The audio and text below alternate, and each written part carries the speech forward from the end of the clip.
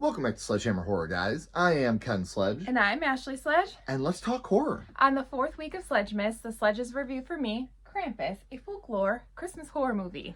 Yes, we are so excited to be talking about 2015's Krampus. This is a movie that's very special to Ashley and I. And with it being the very last week of Sledgemas, we decided what better movie to talk about than Krampus. So let's get right into it and talk about some of our positives.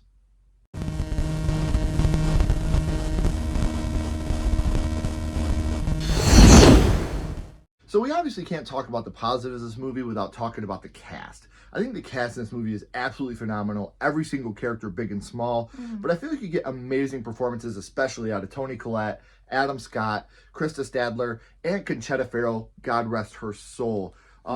She is an amazing character in this movie. One of my favorite characters in the movie. She's overly funny and reminds me of people that I have in my own family. So got to give some love out there to her. Speaking of your family, it's very realistic. Everybody has different dynamics of their family, and I feel like when you come all together, you have the different family members, and you always don't get along, and there's You're trying hard to make it work. You're trying hard to make it work because it's the holidays, and you're supposed to, because you're supposed to spend time with your family, but you probably won't hang out with these people that much on a regular basis. Right. Yeah. If we didn't have the same blood, we probably wouldn't be hanging out. This movie is a great mix of scary, funny, and emotional. There's a lot of very emotionally heart-tugging scenes throughout this film that we'll talk more about in the spoilers, but man, it's a very fun movie to watch all together with the whole family. Yeah. So also Krampus, he just looks so good. Like we get a few different face shots. He's not always just in the shadows lurking. Right. Like you actually get to see what he looks like. And just their story on Krampus, I really love it. And I think it's really awesome. Their spin on Krampus. I love this interpretation of Krampus. And like you said, it's almost like Bruce the Shark. You don't always see Krampus, but so that makes it when you do see him, it's very, very impactful. Something else I like is there's a lot of the perfect amount of political and social issues in this movie. You have the conservative versus liberal. Again, the different dynamics of the family, right, and what they believe, and you believe that, I believe this, but we're still family. Right. I'm starting to like you. So there are those moments that feel realistic. I think we all have those members of our family that want to get overly political or overly social when we're all hanging out at the holidays. It's like time and place. This is not it. We don't talk about guns at the dinner table. No. We all agree no gun talk at the dinner table. So I do like the amount of social and political issues they talk about in the film. Yeah, and then you have the two different dads who, again, are very much different, but they become, the Papa Bears, and they're going to go out and they're going to rescue their kids because, those are their kids and that's what they're supposed to do. They are the men of the family. And this is when some of the things they were talking about earlier come into play. Eagle Scout, making fun of him for being an Eagle Scout, but it talks about the survival, the guns. We don't talk about guns, we don't like guns, but hey, we need to protect our family now. So it shows how, even though we're different, we can come together in a time of need and work with each other. Whether you're left wing or right wing, you're part of the same eagle. And when you're with your family, making sure your family is safe is absolutely the most important part of that. But we do also get this. And I just want to say I'm sorry for thinking you're such a spineless dick all these years.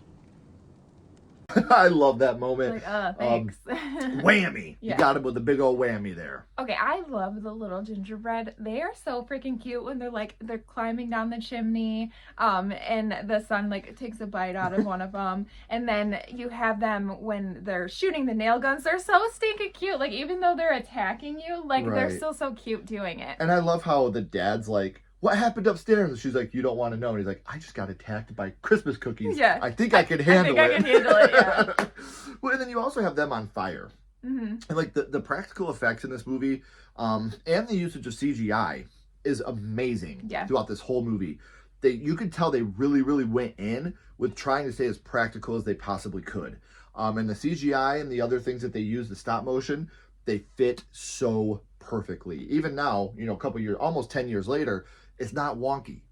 It doesn't look ridiculous. So I love the amount of work and effort they put into that. Well, speaking of that, the Krampus stop motion, the story that they go to, it looks so awesome. And I love that little story that Grandma Omi is telling. because grandma means Omi, yeah. so she's grandma. Grandma, yeah. But I just love that the story that she tells about when she was a little girl, and it's all stop motion, looks so good. Mm-hmm. And while we're talking about the practical, the CGI, the stop motion, WETA, I don't know if it's WETA or WETA Digital, they did an absolutely amazing job. I was just talking about it a minute ago, but you go back and you watch this film, and then you're watching the special features, and you realize that not only did they do the stop motion stuff, they brought the gingerbread men to life. Mm-hmm. They did all this other stuff. So WETA Digital, for all the digital effects that they did, are amazing. They still look so good today on a rewatch. And it's one of my favorite things when I can learn these behind the scenes in this digital company that put all the love and effort into this really small budget horror film that's become a cult classic in the holidays. And it's one of these ones that they really poured every single part of their blood, sweat, and tears into making an absolutely amazing digital part of the movie. Absolutely adore it. I love the amount, because like I said, we always look at practical because of the amount of love and affection that goes into it. But when you go behind the scenes and you see what, again, I'm sorry if I'm being disrespectful, it's either WETA or WETA, I don't know what it is for sure. The amount of love and passion that they put into the digital part of this movie, it's phenomenal. Absolutely phenomenal. Yeah, well, let's just look at the attack on the house at the end, where you have like the Christmas angel attacking them, and then you have that giant the Jack in the Box like snake. He looks really awesome. You have the little stuffed animal bear attacking them. It's a total war zone, and it looks really great. It's creepy. Again, you have this cute little gingerbread man. No, elves. Yeah, the elves, they come in, and then you hear Krampus in the background howling, and they all run out. They take the baby. Like, it's just a war zone. And it's great. It looks great. And you still feel fear in this moment when the baby's getting taken. Yeah. When the aunt, Mrs. Farrow, when she gets shoved out the window, kind of a silly slide whistle when she gets taken. But one last thing we want to talk about in the positives, and I think everybody watching this can agree. I know me and Ashley will agree on this. This is Michael Dougherty's best holiday film. Oh, wait, what? Michael Dougherty has never made a holiday film that comes I didn't know anywhere you were going to say that. I was like, yeah, wait. So for those of you that don't know, he doesn't like Trick or Treat, and he's... This is Michael Dougherty's best holiday film. Hands down, bar none. It's good. It's good. It's in top. It is, but... It's in top one. So, I know. Look, I throw shade at Trick or Treat. I really, really, really respect Trick or Treat. It's a film that I want to like. I'm not a big fan of, but that's a story for another day. Michael Dougherty still directed the hell out of that movie, but he just did a way better job on this perfection piece. So we talked about some of the positives. Now let's get into some of the negatives about this film that we both very much enjoy.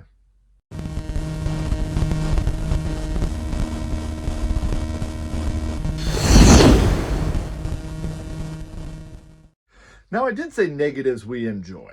Now when I said that, it's because even the negatives here aren't that bad. Me and Ashley, I think this is going to be the biggest stretch we've had when it comes to negatives in a film. So you want to get us started off? Yeah, so we really had to pull some out of the barrel for this one. I'm just going to say it now. I was going to say it during the spoilers part. This is my favorite Christmas movie. So this is a very hard one for me to pick apart. So we're very nitpicky here. So one is when Max, he's reading, well, the girls are reading his letter at the table, and the parents are just kind of watching him. And I get it. It's for the plot. I get that part. But who in their right mind are going to let them continue to read his letter out loud when it's upsetting him and everybody else because of the things that it says in them? Like, that would have been yanked out of their hands, and they would have been in trouble. Like, why do you have his letter? Like, that didn't feel realistic. That would have never worked in the Sledge household. No. That's all we'll say. It wouldn't have. Like, that's his letter. Mama Bear would have been all over him. His personal letter. No. It would have never, ever happened. I know. I am a Mama Bear when it comes to stuff like that. Every time I watch this, I'm like, oh, Ashley would have done jumped already. I would have. Another thing that I know especially the Sledges wouldn't do, letting our teenage daughter leave the house in a blizzard with power out to go a couple blocks to see her boyfriend. I have no problem with dating. I have no problem with teenagers dating. I'm not trying to be an overly possessive dad. But it's my their sons safety. and daughters are going to live their lives, and they're going to try to find happiness, which I hope they do. Not in a blizzard. Not where I can't see 10 feet in front of my face. Not when we don't have any power. The phones are out. I may be strict if that's the case, but you're going to stay right by my side so I know you're safe. Have him come over here. Yeah, he can come over here. He can check on you. Right. Send him a letter with a paper airplane if you have to. He said it's only 4 blocks. So if worse came to worse and we had to go check on him, I think mom or dad would have went with her. Let's go. I'll take you down there. We'll check on him, make sure he's okay. The phones are out. You know, I don't want you to be worried. So I would not have just let my daughter go. Yeah.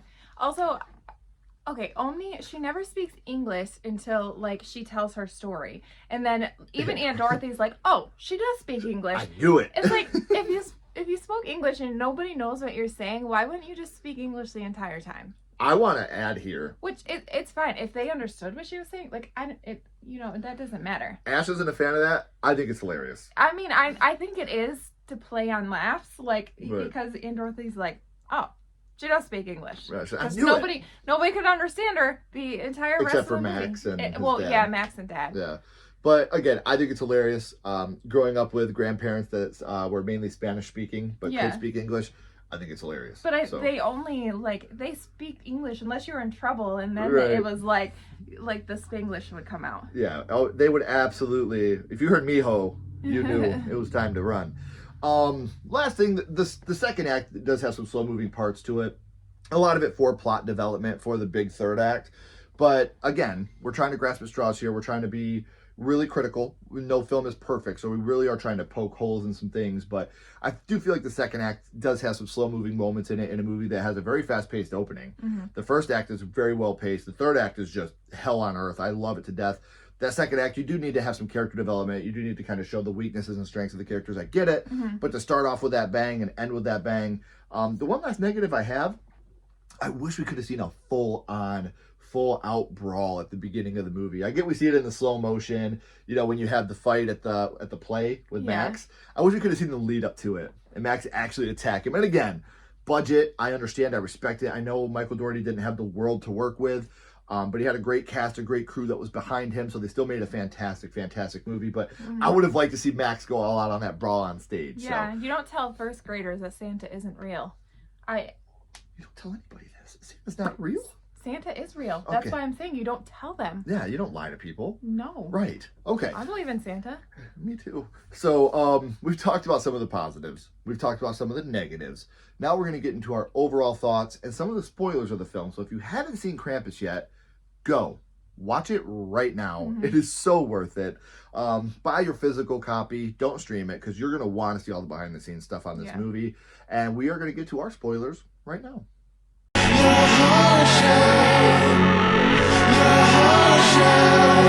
So you've been warned. We told you, and there was a title card. So now we're going to get to our spoilers of Krampus. So seeing Krampus on the rooftop when he's chasing Beth and you see him, you only get you don't really see him. Like you kind silhouette. You see the silhouette of him and it's, it's snowing and it's darker out. I love that. Like, it's still scary. Again, like he's behind the shadows, and you see him like jumping from the rooftops. It's awesome. Like out in the snow. I love that. Yeah. It's huge moment. Because like I said, Bruce the Shark. Yeah. You're starting to see him, but you're not completely getting a full view of him yet. Not yet. But you do. It's scarier when you have can imagine. Your imagination, knowing what this is up there. Like you just see this like hooved thing. Like that's when you're walking to your boyfriend's house. Like I can only imagine. Like, I used to walk everywhere when I was a kid, and if I seen something like that, I would poop my pants. Right. Absolutely. If I was walking to my boyfriend's and I saw that, I'd be pretty scared too. Yeah. So another thing is you get a lot of death in this movie. So when you have, Beth, she gets under the post. Is it the post truck or is it the? I think it's a snowplow. Snowplow. Yeah. She gets under the truck that has the snowplow on it, and the Jack in the Box comes. Yeah. And kills Beth. So the sister gets killed pretty early on. And then you have, I talked about before, when the gingerbreads come down the chimney, and you have Howie taking up the chimney, and they try to grab his legs, but they're unsuccessful, and he gets whisked away. This is actually a pretty emotional part for his dad. Yeah. Because it's my fault. Again. I fell asleep. He's the man of the house. He fell asleep. He was supposed to be protecting his family. And a shepherd protects his flock. That's what he always says, a shepherd protects his flock, and he wasn't able to save his son. Right. Another moment that I think looks amazing is when you have the younger sisters, the cousins, Max's cousins, when they're getting eaten by the Jack in the Box snake thing. Yeah. I love when they walk up there and the dad, he's like, "Oh, come on!" I know, like, seriously. Like, yeah. They're just eating the girls. Like that part to me is just, and that's terrifying to think about. So you have the girls die. So Howie's been killed. Beth has been killed. Now the girls have been killed. Okay, can we just talk about how their names Stevie? So they're like girls, but they are given these names like Stevie and Jordan because Dad wanted them to be boys. And that's part of the big explosion at the beginning when they're reading the letter. And the letter reading, like we said, I don't think any parent would allow it to go on that long. No. But it is for plot purposes. You find out that you need that. Max talks about how I wish my mom and dad could fall in love again. I wish me and Beth could spend time together like we used to. I wish times weren't so hard for my aunt and uncle. I wish. And then she's like, Dad does not wish we were boys. So you even get that moment of, you're getting, it's the juxtaposition, especially like the dump, the exposition dump. That's what I'm trying to say. So you have this moment that is so sad, but at the same time, it is needed for the story, because then you realize that Toni Collette and Adam Scott, they're not the same as they used to be. Well, because he's working all the time. They don't get to spend time, and his sister, she's a teenager, and got a boyfriend. She doesn't have time for him, and and he's like, I hate Christmas and I hate all of you, and he fights his cousins, and that's why Krampus, because he rips up the letter, and because Omi tells him every year, you have to write this letter to keep everybody safe, write it to Santa. He rips the letter up and throws it out the window, and that's when Krampus is able to come. Yep. So.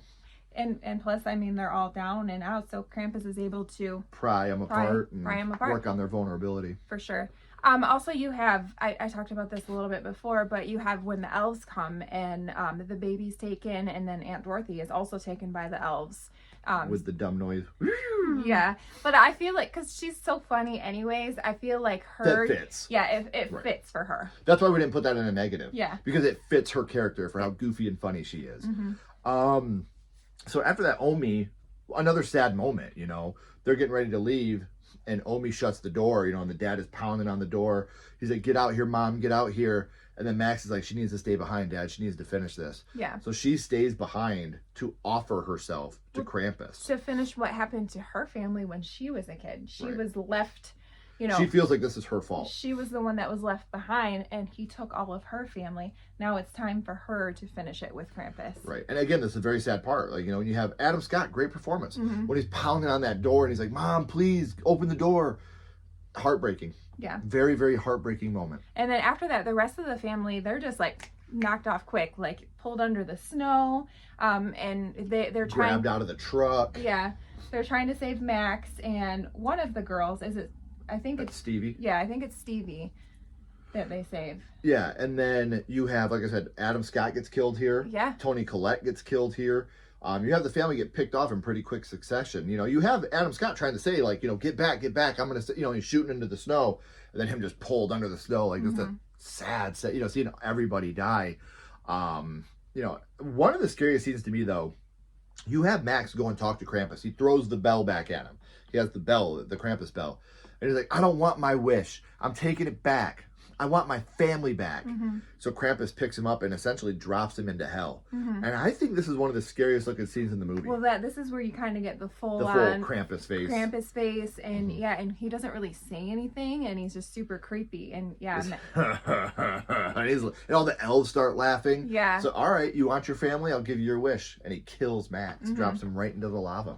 And then you get the ending. You think that it was just a dream. Everything's okay. Max wakes up in bed. And you're like, this was a fucking dream. Yeah, which would have made, it would have made this movie way worse if it would have just been a dream. I'd have been pissed. He walks down, and his family's there, and they're waiting for him to wake up to open up presents.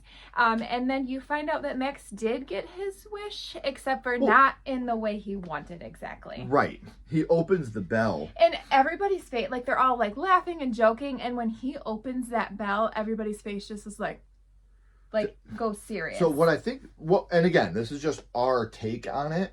I think what they're implying here is everybody remembers, but everybody thought it was just a dream. Yeah. Hey, I had this crazy nightmare last night, but nobody talked about it, nobody vocalized it, nobody verbalized it. And then you have him open the bell, and everybody sees it, and they're all taken right back.